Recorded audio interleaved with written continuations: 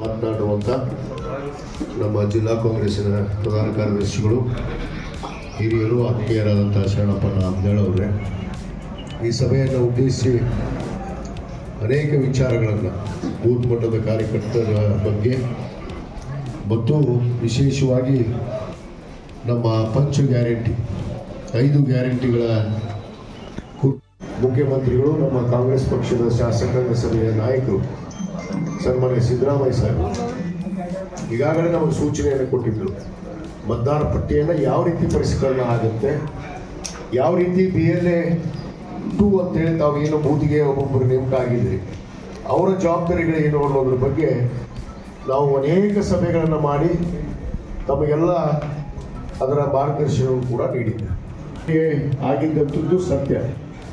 ಇವತ್ತು ಬೇರೆ ಬೇರೆ ರಾಜ್ಯದಲ್ಲಿ ಆಗಿದೆ, ನಮ್ಮ ರಾಜ್ಯದಲ್ಲಿ ಕೂಡ ಅನೇಕ ಕ್ಷೇತ್ರದಲ್ಲಿ ಕೂಡ ಆಗಿದೆ. ಆಳಂದದಲ್ಲಿ ಆಗಿದೆ, ಬೆಂಗಳೂರಿನಲ್ಲಿ ಆಗಿದೆ, ಮಾದೇವಪುರದಲ್ಲಿ ಆಗಿದೆ. ಆ ರೀತಿ ಆಗಿದೆ. ಈ ಚುನಾವಣೆಯನ್ನು ನೀವೆಲ್ಲ ನಾನು ಹೇಳಿದೆ, BLAಗಳು BLA 2 ಇವತ್ತು BLA 1 ನಾನು, BLA 2 ನೀವು. ಅಂದರೆ BLA 2 ಒಬ್ಬ ಬೂತ್ ಮಟ್ಟದ ಏಜೆಂಟು ಇವತ್ತು ಒಬ್ಬ MLA ಮಾಡಬಹುದು ಅನ್ನೋದಕ್ಕೆ ನಾನೇ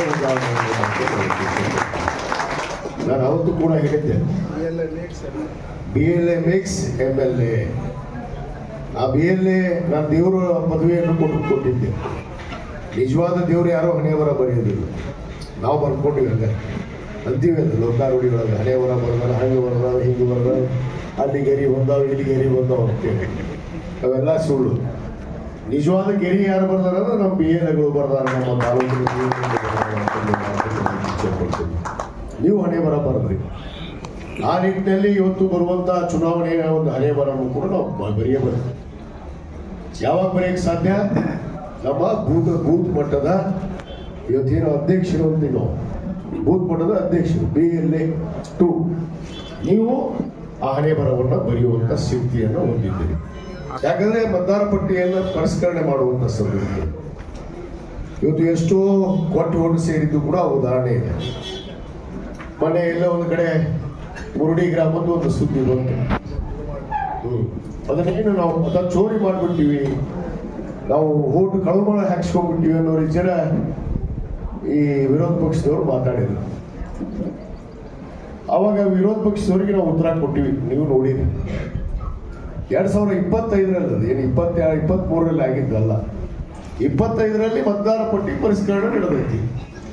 ನಡೆದಂಥ ಸಂದರ್ಭದಲ್ಲಿ ಅಲ್ಲಿ 18 ವರ್ಷ ಆಗಲಾರ್ದವರು ಕೆಲವಷ್ಟು ಅರ್ಜಿ ಹಾಕಿದ್ದಾರೆ. ಅದನ್ನು ಪರಿಶೀಲನೆ ಮಾಡುವಂಥದ್ದು ಅಧಿಕಾರ BLAಗಿರುತ್ತೆ. BLA ಸರ್ಕಾರ ನೇಮಕ ಮಾಡಿದ ಒಬ್ಬ ಶಿಕ್ಷಕರಿರ್ತಾರೆ.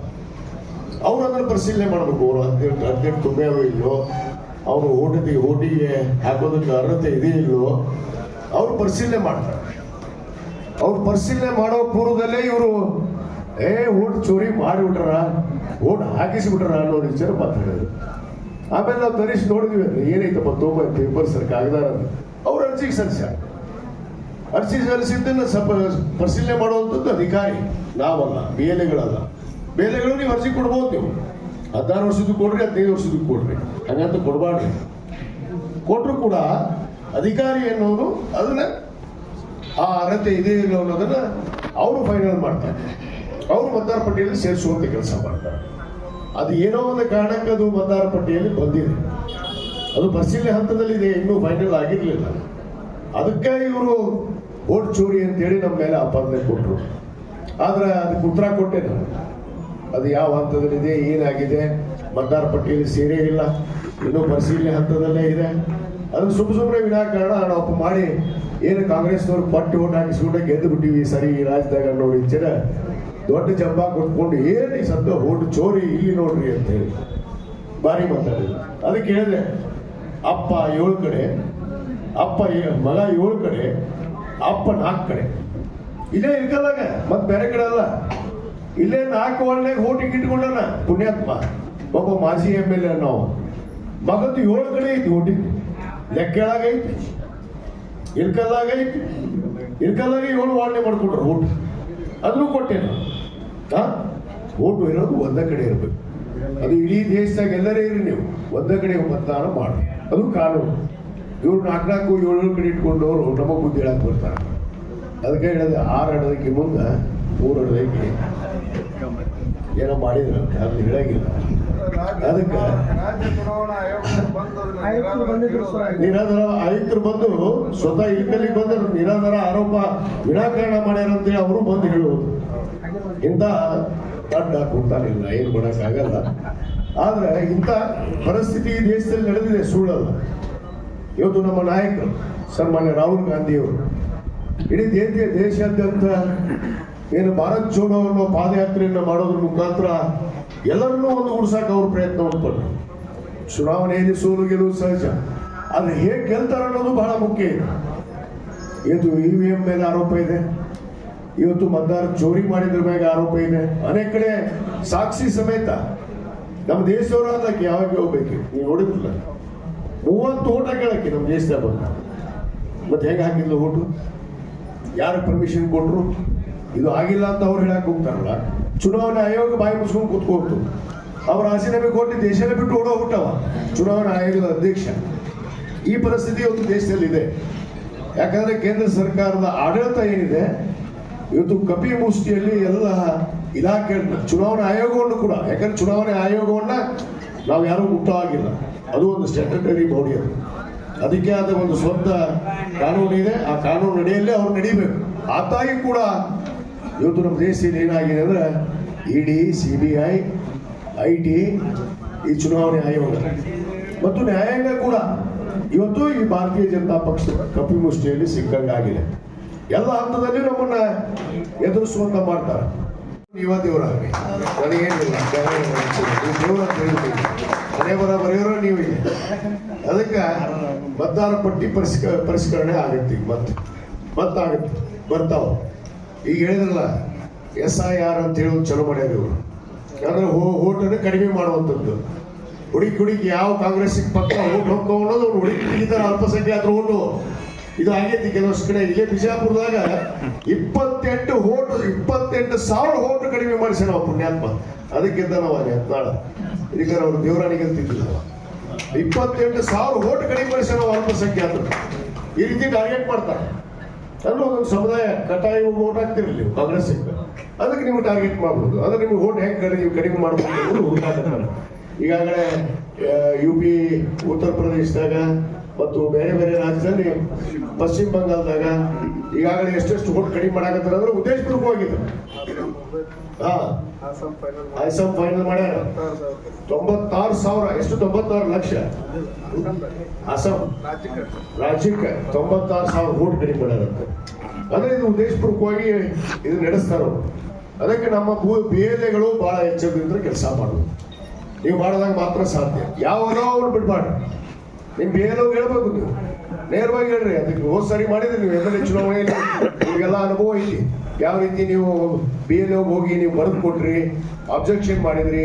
ಈ ರೀತಿ ನಡಿಬೇಕು. ಮತ್ತೆ ನಿಜವಾದ ಯಾರಾದ್ರೂ ಮೈದಾಗಿದ್ರ, ತೀರ್ ಹೋಗಿದ್ರ, ಅಥವಾ ಊರ್ ಬಿಟ್ಟು ಹೋಗಿದ್ರ, ಅವ್ರು ತಗ್ಸುವಂತ ಕೆಲಸನೂ ಆಗ್ಬೇಕು. ಯಾಕಂದ್ರೆ ಊರಲ್ಲಿ ಇದ್ರೆ ಇರ್ಲಿ, ಇದ್ದವ್ರಿಗೆ ಓಟಿಗೆ ಕೊಡ್ರಿ ಬೇಡ ಅನ್ನೋದಲ್ಲ. ಆದ್ರೆ ಊರ್ ಬಿಟ್ಟವ್ರಿಗೆ ಯಾಕೆ ಕೊಡ್ತೀರಿ?